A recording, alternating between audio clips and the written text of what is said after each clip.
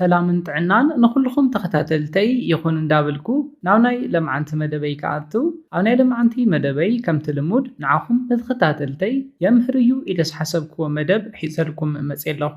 ናይ ለምዓንቲ መደበይ ዘልዕሎ ሓቢራትካ ዘላ ጓል ኣንስተይቲ ኣፍቃሪትካ ንምንታይ እዩ እስካብ ሕዚ ምሳይ ዘይደቀሰት ኢልኩም ትጭነቁ ደቂ ተባዕትዮ እዚ መደብ እዚ ከይሓልፈኩም ትርሕቐካ ምሳኻ ንዘይምድቃስ ምክንያት ትዝርዝር እንተኮይና እዘን ቀፂለ ዝሕብረልኩም 7 ነገራት ክትፈልጡ ኣለኩም።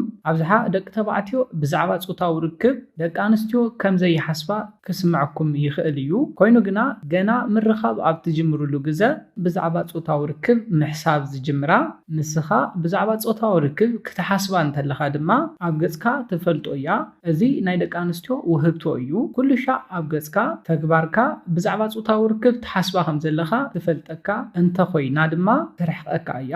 ነዚ ነገር እዚ ኣይትደልዮን። ምስኣ ፆታዊ ርክብ ክትፍፅም ጥራሕ ከም ዝደለኻ እያ ክትሓስብ ትኽእል እያ።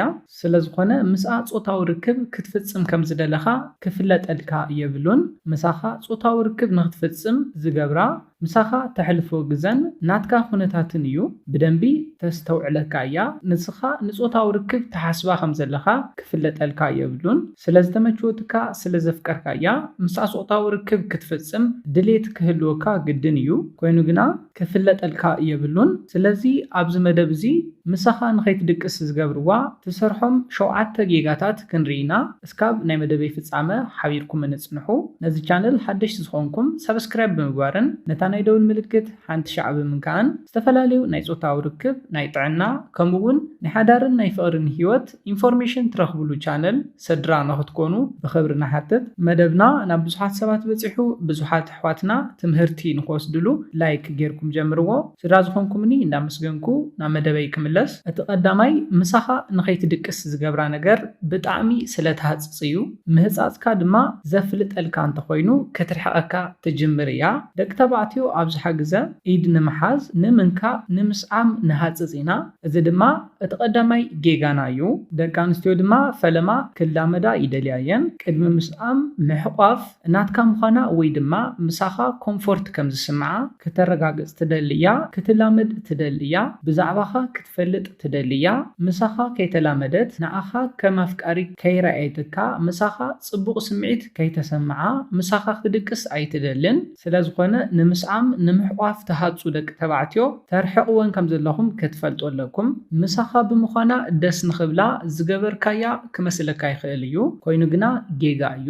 ከም ተኽብራ ግዜ ከም ትህባን ከም ተሓሊላን ፈለማ ምፍላጣ ንፆታዊ ርክብ ድሌት ንክህልዋ ዝገብራ እዩ። ስለዝኾነ ኣይተህፀፁ። ኣብ መበል ካልኣይ ንሪኦ ምሳኻ ከይትድቅስ ዝገብራ ምክንያት ድማ ንኩሉ ነገር እሺ ትብላ እንተኮይንካ እዩ።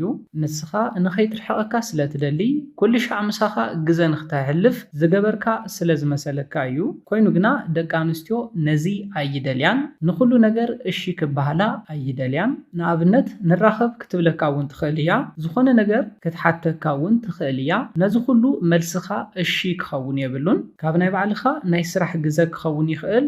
ካብ ግዜኻ ቀኒስካ ናብ ንሳ ዝበለትካ ቦታ ትርከብ እንተኮይንካ ካሊእ ስራሕ ዘይብልካ ናይ ባዕልኻ ሂወት ዘይብልካ ንባዕልኻ ግዜ ዘይትህብ ሰብ ንናታ ኩሉ ሕቶታት እሺ ትብል ወዲ ጌራ ክትሓስበካ ትኽእል እያ። ስለዝኾነ ቢዚ ኩን። ክትደለይካ እንተላ ኩሉ ሻዕ ኣይትረኸብ። ከም ዘይምችወካ ንገራ። ነዚ ኣብ ትገብረሉ ግዜ ንዓኻ ናይ ምርካብ ድሌታ ይውስኽ እዩ። ስለዝኾነ ንኩሉ ነገር እሺ ኣይትበላ። ደቂ ኣንስትዮ ፍቅሪ ክጅምራ እንተለዋ ምስኣ ኣብ ዙርያ መሓዙታን ኣሕዋታን ኣለዋ። ናይዚአን ናይ ኩለን ርእቶ ምስኣ ኣሎ እዩ። ፅቡቕ ከም ዘላን ከም ዘየላን ንክትፈልጥ ብዛዕባኻ ትዕልለን እያ። ስለዝኾነ ኩሉ ሻዕ ክትረኽበካ ዝሓተተትካ ሕቶ እውን መልስኻ እሺ እንተኮይኑ እዚ ቆልዓ ስራሕ የብሉን ድዩ ናይ ባዕሉ ግዜኸ የብሉን ድዩ ዝብል ሓሳብ ከሕስበኣ ይኽእላ እየን። ስለዝኾነ ንባዕልኻ ግዜ ሃብ። ንኩሉ ነገር መልስኻ እውን እሺ ክኸውን የብሉን። ኣብ መበል ሳልሳይ ንሪኦ እስካብ ሕዚ ምሳኻ ንኸይትድቅስ ዝገበራ ምክንያት ድማ ኩሉ ሻዕ ዕላልካ ብዛዕባ ፆታዊ ርክብ እንተኮይኑ እዩ። ደቂ ተባዕትዮ ኣብዝሓ ግዜ ነዚ ትገብሩሉ ምክንያት ዘሐጎስኩመን እንዳመሰለኩም እዩ። ኮይኑ ግና እዚ ዓብይ ጌጋ እዩ።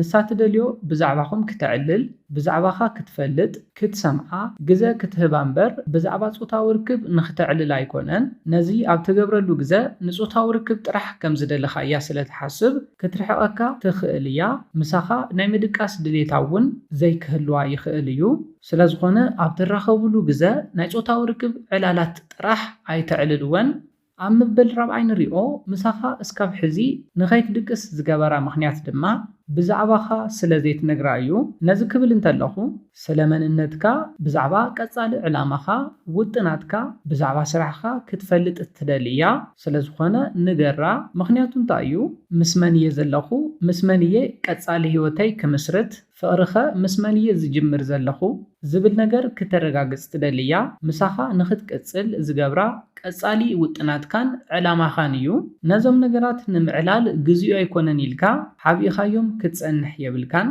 ኢቭን ንመሓዙታ ክትነግረን ተደልዮ ነገር ኣሎ እዚ ድማ መን እዩ ከመይ ዓይነት ሰብ እዩ ስርሑኸ እንታይ እዩ ኢለን ስለ ዝሓተኣ መልሲ ካባኻ ትደልያ ስለዝኾነ ንገራ ግዝኡ ኣይኮነን ኢልካ ኣብ በይንኻ ይትሓዞ ኣብ መበል ሓምሻይ ንሪኦ እስካብ ሕዚ ምሳኻ ንኸይትድቅስ ዝገበራ ምኽንያት ድማ ክትረኽባ እንተለኻ ስለ ትጨናንቕ እዩ ምስኣ ክትኮን እንተለኻ ከመይ ኢለ ከፍ ክብለለኒ ምስኣ ከመይ ክዕልል ኣለኒ እንታይ ዓይነት ዕላልከ ክዕልል ኣለኒ እንዳበልካ ኣይትጨናነቕ ነዚ ነገር ዝውን ተስተውዕሎ እያ ምጭንናቕ ድማ ኣይኮነን ምሳኻ ዘላ ጓል ኣንስተይቲ ኣብ ርሑቕ ዘሎ ሰብ እውን ከስተውዕሎ ዝኽእል ነገር እዩ ስለዝኾነ መንነትካ ዕላማኻ እምበር ኮፍ ኣባህላኻ ኣዘራርባኻ ኣይኮነን ንዓኻ ንኽትፈትወካ ዝገብራ ስለዝኾነ መንነትካ ዕላማኻ ውጥናትካ ንገራ ንዓ ክትረኽባ እንተለኻ ኣይትጨናነቕ ምኽንያቱ እንታይ እዩ እንታይ ዓይነት ወዲ ደኣ ቆፂርኪ ነርኪ ኢለን ክሓትኣ እንተለዋ ሓደ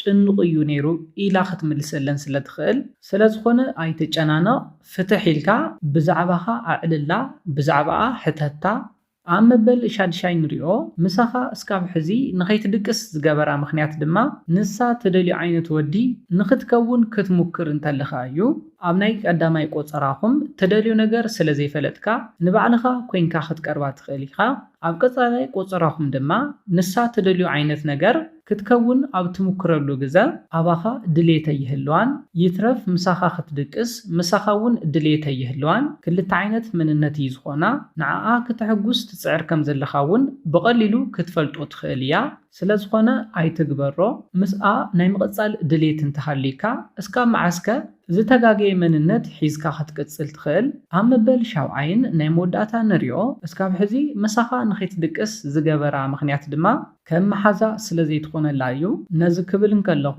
ዋላ ንፍቕሪ ቆፀሮ እንተገበርኩም ዋላ ናይ ፍቕሪ ርክብ ይሃለኹም ምሳኻ ከም መሓዛ ደስ ዝበላ ነገር ክትዕልል ናፃ ክትኮን ክትፈቕደላ ኣለካ ከም ደስታኣ ንኽትስሕቕ ከም ደስታኣ ኮፍ ንኽትብል ክትፈቕደላ ኣለካ ትደልዮ ነገር ምሳኻ ንኽትከውን ግዘ ምሳኻ ንኽተሕልፍ ስለ ዝገብራ እዩ ስለዝኾነ ልክዕ ከም መሓዛ ናፃ ንኽትከውን ድሌታ ክትዛረብ ከም ድሌታ ክትስሕቕ ናፃ ወዲ ክትከውነላ ኣለካ እዞም 7 ነገራት እንተገይርኩም ኣብ ፍቕርኩም ዓብዪ ለውጢ ክትሪኢኹም እስካብ ሕዚ ሓቢራትካ እንተዘይደቂሳ እውን እዘን 7 ስሕተታት ትሰርሕ ከም ዝነበርካ ክትፈልጥ ኣለካ ስለዝኾነ እዘን 7 ስሕተታት ኣውግድወን ነዚለ ናይ ልምዓንቲ መደበይ በዚ ክዛዝም ካብ ናይ ልምዓንቲ መደበይ ዝኾነ ሓድሽ ነገር ከም ዝሓስኩም ተስፋ ይገብር ነዚ ቻነል ሓድሽ ዝኾንኩም ሰብስክራይብ ብምግባርን ነታ ናይ ደውል ምልክት ሓንቲ ሻዕ ብምንካን ክተተባብዑናን ስድራ ክትኮኑናን ብኽብሪ ንሓትት መደብና ናብ ብዙሓት ሰባት በፂሑ